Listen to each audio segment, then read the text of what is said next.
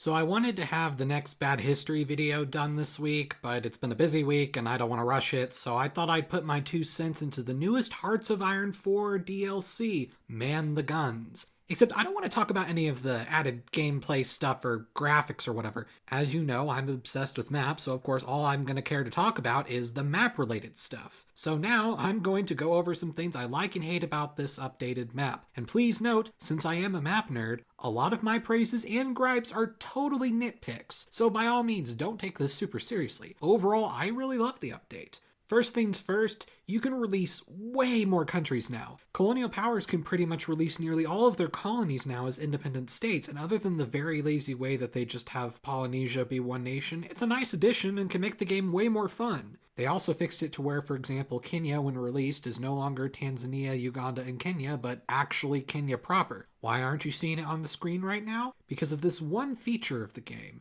They updated Britain's focus tree to where they can't release any of their colonies until they go through a certain branch of the focus tree. While admittedly it's hard to imagine a scenario where you'd want to give up your colonies while playing as Britain, it is something to note, and I wish you had the option to release some of them anyway. Other than Britain, though, any nation can release their colonies at any time. You can also give Portuguese and French India back to the Raj, which is a neat detail. You can also release Scotland, Wales, and Northern Ireland as independent countries. You can give Northern Ireland to Ireland, sure, but frankly the idea of just pissing them off by making Northern Ireland its own separate independent republic anyway is kind of hilarious. But this will be a great feature, and I know all of my Scottish friends are happy about this. Similarly, the Soviet Union can now release all of their SSRs, which again can make it much more fun to play. For Poland, you can also release the Vilnius Strip to Lithuania now, which, while not a super important historical detail, it's one I really like they included, since it was something they took from them in the 1920s, and can totally be something Lithuania can hope to take back in the game.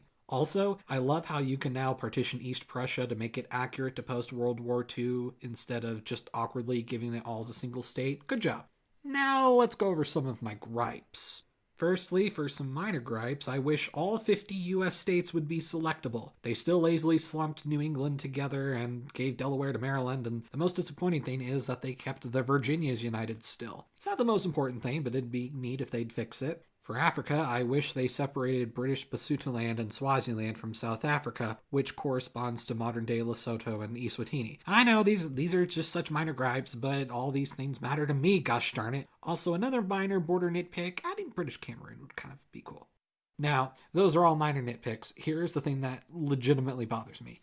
Yugoslavia. Now, in Yugoslavia, you can release all of its sub-republics, which is a neat detail, but you'll notice that means that you have modern-ish borders for the states. There are notable problems with this. Firstly, while Italy can release Tyrol to Austria and release Istria to Yugoslavia, they can also release Istria to Slovenia. Considering in real life it's partitioned between Croatia and Slovenia, it looks really weird only being able to give it to Slovenia and not being able to split it, and it'd be nice if they could fix that. And Italy still can't release Zara to Yugoslavia or Croatia, which would also be a neat detail. But the other problem with the modern-ish borders is that while it's closer to being accurate in the modern sense, it's no longer accurate for World War II.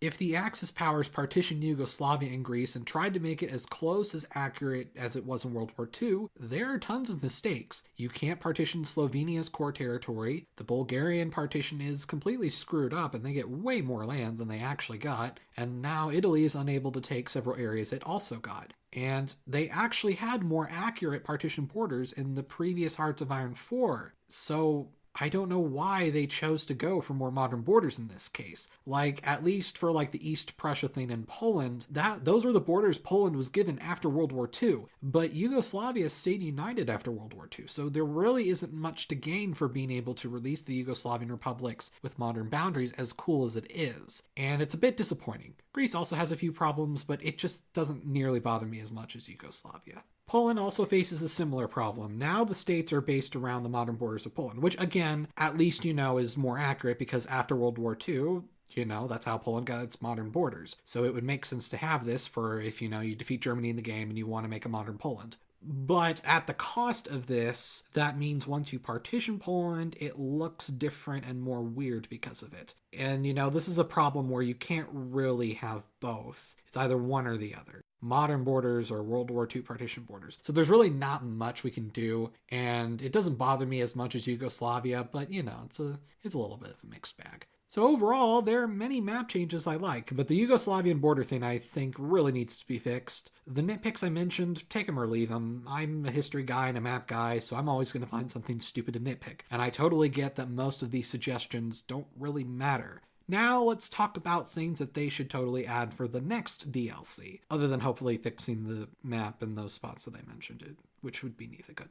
Also, if we're releasing the Soviet SSRs and the Yugoslavian republics and the British kingdoms, let's go crazier. Throw Quebec in there, throw Karelia, throw in Accra, throw in Kurdistan. I'm sure you're running out of distinct map colors, but it'll be fine, just do it. For South America, there's one detail they've also overlooked, and I think it would be really neat if they could include it. It would definitely make South America much more interesting to play as. Up until 1941, Ecuador actually owned this territory within Peru, this one highlighted on the map. Peru took it in 1941 after a short war. It'd be cool if there'd be some sort of focus tree or releasable territory for this area. Not only would it be more accurate if this started as Ecuadorian territory in the 1936 and 1939 games, but it makes South America more interesting to play as in general. It gives you, something more to do. Similarly, there's this territory called Haiti that in 1939 was given to Turkey. It was a part of French Syria, but then made an independent republic for a year before Turkey annexed it. Maybe it could be a focus tree. Maybe it could be a releasable thing. I don't know. It'd still be a cool detail to add. And of course, I'd also request that if you can play as Luxembourg, boy, wouldn't it be cool if you could play as Andorra, Monaco, San Marino, Liechtenstein, and the Vatican? I mean, why leave them out? Luxembourg is pointless to play as. Why not the others? Then finally, if you could just make Iwo Jima closer to the tiny island it actually is, instead of weirdly making it half the size of Taiwan. It's not like there's even more than one spot for soldiers to stand on, so there's literally no point in making it this big. I mean, it's just weird. Just please change it. So yeah, those are my thoughts on the map updates for Hearts of Iron 4. I still recommend the DLC overall. The fuel feature and the updated focus trees are definitely a game changer and can add to the game's accuracy in terms of fighting. But, there are some things on the maps that they could fix that would be pretty cool. I'll try to have the next episode of Bad History done for my next talking video. But until then, I'm Emperor Tigerstar, and I'll see you guys next time.